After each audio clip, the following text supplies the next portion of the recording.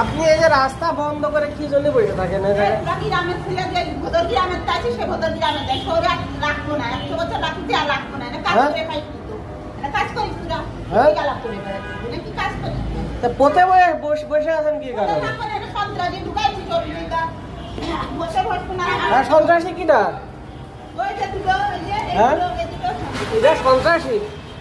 আপনার এই জায়গায় কয়টা দোকান জানেন? আপনি এই জায়গায় বসে আছেন কি কারণে? সব দোকান আমার টাকা, আমার তৈরিও আমার টাকাও আমার। হ্যাঁ আমি তার একটু আগে কইছি তাই দাঁড়াও।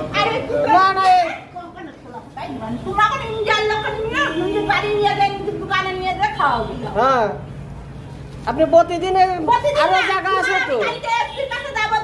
যান আপনি এসপির কাছে যান, এসপির কাছে যান। হ্যাঁ এসপির কাছে যান। 7 কোটি টাকা ইনকাম করে ফেলে, তার সন্তান নিয়ে এসে পরে একদম করে ছেড়ে দিচ্ছে। হ্যাঁ